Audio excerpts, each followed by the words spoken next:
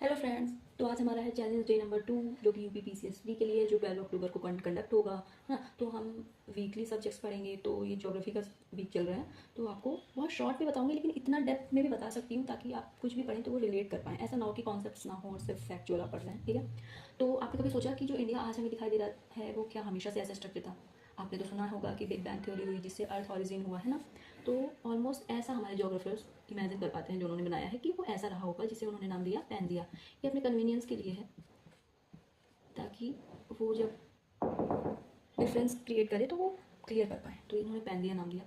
और करोड़ ईयर्स के बाद जो हमारा स्ट्रक्चर जो आज आप देखते हैं वर्ल्ड मैप में, कुछ ऐसा है ना। आप कुछ ऐसा देखते हैं वर्ल्ड मैप में हमारा, ये हमारा प्यारा ये है इंडिया, है ना, ऑस्ट्रेलिया। तो आज जो प्रेजेंट में आप देखते हैं वो स्ट्रक्चर हमारे वर्ल्ड ज्योग्राफी का या वर्ल्ड मैप का ऐसा है, ठीक है। अब ऐसा तो है नहीं कि हमने ऐसे ही एक्सेप्ट कर लिया, ज्योग्राफर्स ने इसके लिए प्रूफ भी दिया होगा। विदाउट प्रूफ तो कोई भी चीज़ नहीं मानी जाती है। तो इसके लिए दो थ्योरी एक्सेप्ट की गई जो मेन है, वो है कॉन्टिनेंटल ड्रिफ्ट थ्योरी, है ना, और प्लेट टेक्टोनिक थ्योरी, है ना। अब मैं आपको समझाने की कोशिश करूँगी, आई थिंक ये क्लियर हो रहा होगा आपको। तो कॉन्टिनेंट्स, इसको कॉन्टिनेंट बोला गया या फिर प्लेट्स बोली गई। तो फर्स्ट जो थ्योरी थी कॉन्टिनेंटल ड्रिफ्ट थ्योरी में, उसमें ऐसा बोला गया कि ये जो कॉन्टिनेंट्स थे वो डिस्प्लेस हो रहे थे, वो अपनी प्लेस से ऊपर या नीचे साइड जाते थे। तो ये जो कभी बहुत कम से एरिया को कवर करता था वो आज इतने बड़े एरिया में पहुंच गया, जो कि ये प्लेट्स और कॉन्टिनेंट्स और ये पूरा ओशियन है, वाटर एरिया, है ना। प्लेट टेक्टोनिक थ्योरी, इन्होंने बोला कि जो हमारी प्लेट्स है ना, वो जब अपने एरिया से डिस्प्लेस हो रही थी तो वो कहीं ना कहीं एक दूसरे से टकरा रही थी, है ना। तो कॉन्टिनेंटल ड्रिफ्ट थ्योरी से ये आपको स्ट्रक्चर अलग अलग प्लेट्स काफ़ी डिस्टेंस में दिखी। प्लेट टेक्टोनिक थ्योरी से आपको बहुत सारे एरिया ऐसे पता चले होंगे, जैसे इंडिया का आपको पता होगा कि हम अफ्रीका में सिचुएटेड थे, हम यूरेशियन प्लेट साइड धीरे धीरे डिस्प्लेस हो रहे थे, हम इस एरिया में बढ़ रहे थे।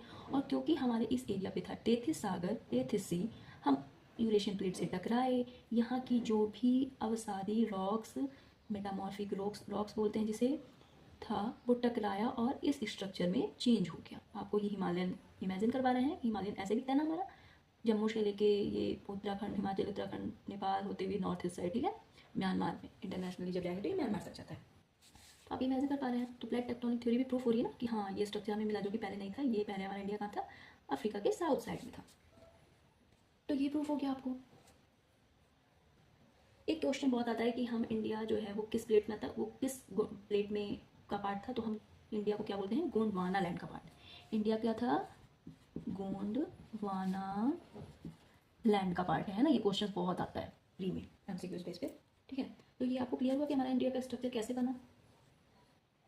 अब जब ये स्ट्रक्चर आपने देखा तो ज्योग्राफी में ऐसा नहीं होता है कि बस स्ट्रक्चर बन गया और हमने उसको नॉर्मली ले लिया। इसे हमने नाम दिया फोल्ड माउंटेन्स, क्योंकि जब भी प्लेट्स डिस्प्लेस होके टकरा के बनती थी, मतलब उनमें क्या होता था, ट्रांसफॉर्मेशन आता था ना, तो हम उसको क्या बोलते थे? Transformer changes. तो ये कहीं ना कहीं फोल्ड माउंटेन बना। फोल्ड माउंटेन्स बोलते हैं। कैसे? आपने हिमालयन का जो स्ट्रक्चर है वो ऐसे देखा होगा, तो हम बोलेंगे ना। अब ज्योग्राफी में जब ये टकराया ना, तो जो ज्योग्राफी में जब ये होता था, तो जो ऊपर का पार्ट है इसको हम बोलते थे अपनति, मतलब उठा हुआ भाग, जिसको इंग्लिश में कहते हैं एंटीक्लाइन, एंटीक्लाइन। और जो ये नीचे झुका हुआ पार्ट होता था इसको बोलते थे अभिनति, अभिनति मतलब सिनक्लाइन, है ना। ये आपका हो गया सिनक्लाइन। तो अब जैसे आपको ये पता चल गया कि हम ये जो हिमालयन है ये फोल्ड माउंटेन का एग्जाम्पल है, तो आप ऐसा भी सोच सकते हैं कि पूरे वर्ल्ड में भी ऐसे कई माउंटेन्स बने होंगे, है ना। तो पहले मैं आपको इसका भी एग्जांपल बता देती हूँ, ताकि आप प्रेजेंट में हैं लेकिन फ्यूचर में कभी आपको ऐसे क्वेश्चन दिखेंगे, माउंटेन्स दिखे, तो आप आइडेंटिफाई कर पाएँ कि अरे ये तो फोल्ड माउंटेन्स है। तो जब मैं आपको ये वर्ल्ड मैप में दिखाऊंगा ना, तो आपको एक चीज़ बहुत क्लियर होगी कि पूरे वर्ल्ड में जितने भी लार्जेस्ट माउंटेन मोस्टली हैं वो फोल्ड माउंटेन्स के एग्जाम्पल हैं। देखिए मैं आपको बताती हूँ, ये वर्ल्ड मैप है। क्या होता है कि बहुत ईजी हो जाता है समझना। मेरे लिए ज्योग्राफी को ऐसा समझना आई थिंक ज़्यादा ईजी हो गया था, अदरवाइज सिर्फ एक्चुअल रटना वो सही नहीं होता है ना। ये देखिए ये आपका हो गया वर्ल्ड मैप। अब मैं आपको फोल्ड माउंटेन के एग्जाम्पल्स इसलिए बता रही हूँ ताकि जब भी क्वेश्चन आए तो आपको क्लियर होने चाहिए। जब हम माउंटेन के बारे में पढ़ेंगे ना, तो मैं ये भी बताऊंगी कि माउंटेन्स जो बनते हैं वो सिर्फ 4 माउंटेन्स नहीं होते, कई टाइप के माउंटेन्स होते हैं।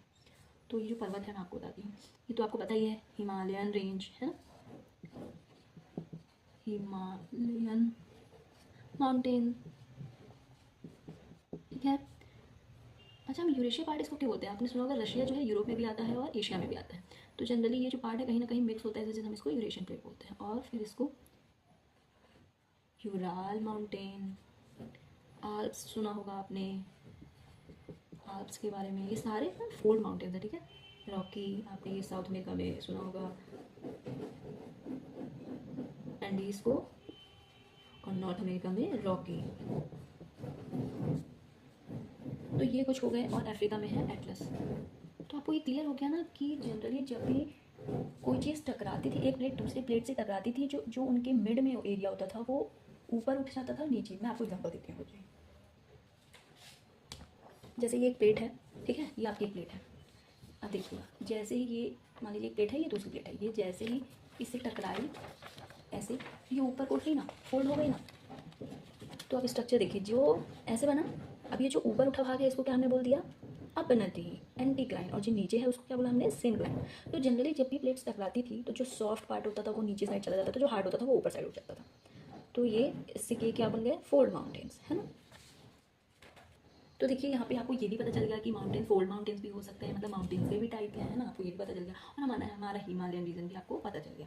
और हाँ, ये ऐसा नहीं है कि जोग्राफर्स ने सिर्फ इतना बता दिया कि ये कॉन्टिनेंट्स थे, ये डिस्प्लेस हुए, अपने अपने प्लेस को चेंज किया, प्लेट टेक्टोनिक थ्योरी से वो माउंटेन्स वगैरह बने। इनके प्रूफ भी हैं।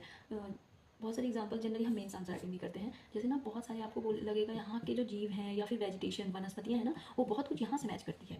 जो ये अफ्रीका का ये जो पार्ट है ना, ये साउथ अमेरिका के इस वाले पार्ट से बहुत मैच करता है। हमें एग्जांपल मिले हैं वेजिटेशन, हमारा वेजिटेशन काफ़ी है जो सिमिलर लगता है। एनिमल्स हैं, कुछ बहुत पहले के जीव जंतु हैं जो फॉसिल्स मिलते हैं, जो हमारे फॉसिल्स हैं ना वो भी कहीं ना कहीं मैच होते हैं। तो ये प्रूफ है जो कि ब्रीफली ना आंसर राइटिंग में होता है। अभी फिलहाल मैं शॉर्ट में आपको बता रही हूँ। अच्छा, ऐसा नहीं है कि मैं आपको बस, ये प्रॉब्लम मैंने भी फेस की है, क्योंकि जब आप चीज़ों को अलग अलग पढ़ते हैं ना तो वो चीज़ें इतनी इंटरलिंक नहीं होती। लेकिन जैसे मैंने आपको इंडिया है, इंडिया ओरिजिन कैसे हुआ, तो मैंने कहीं ना कहीं आपको थ्योरी बता दी, थ्योरी से आपने रिलेट किया कि अच्छा हाँ ये ऐसे ऐसे डेवलप हुआ है, एग्जाम्पल दे दिए मैंने आपको। माउंटेन्स, इसी बेस पे आपको माउंटेन्स पता चल गया कि वो किसी एरिया में है या रेंजेस पे है। अब हमारा स्टार्ट होगा कि पूरे वर्ल्ड में हम ये कैसे डिसाइड करते हैं कि इंडिया कहाँ है, अमेरिका कहाँ है, ठीक है। तो इसके लिए इमेजिनरी लाइन बनाई गई, मैं आपको बताती हूँ। ये है, ठीक है, इमेजिनरी लाइन बना रहे हैं, इसको बोलते हैं अक्षांश रेखा। अक्षांश रेखा, इसे इंग्लिश में क्या बोलते हैं? लैटिट्यूड। लैटिट्यूड है, इसको देशांतर रेखा, लॉन्गिट्यूड। अब आप याद कैसे करेंगे? बहुत बार बच्चे कंफ्यूज हो जाते हैं, मैं भी बहुत कंफ्यूज होती थी। ये लेटियन लाइन है, लेटियन मतलब लैटिट्यूड, लॉन्ग है मतलब लॉन्गिट्यूड, ठीक है। अब ये वर्क कैसे करती है ये हम नेक्स्ट क्लास में बताएंगे। अगर आपको ये सारी चीज़ें क्लियर हो जाती हैं एक बार को, तो इसके बाद चीज़ें पढ़ना बहुत ईजी हो जाएगा। ओके, थैंक यू, आज के लिए बस इतना ही। Thank you so much.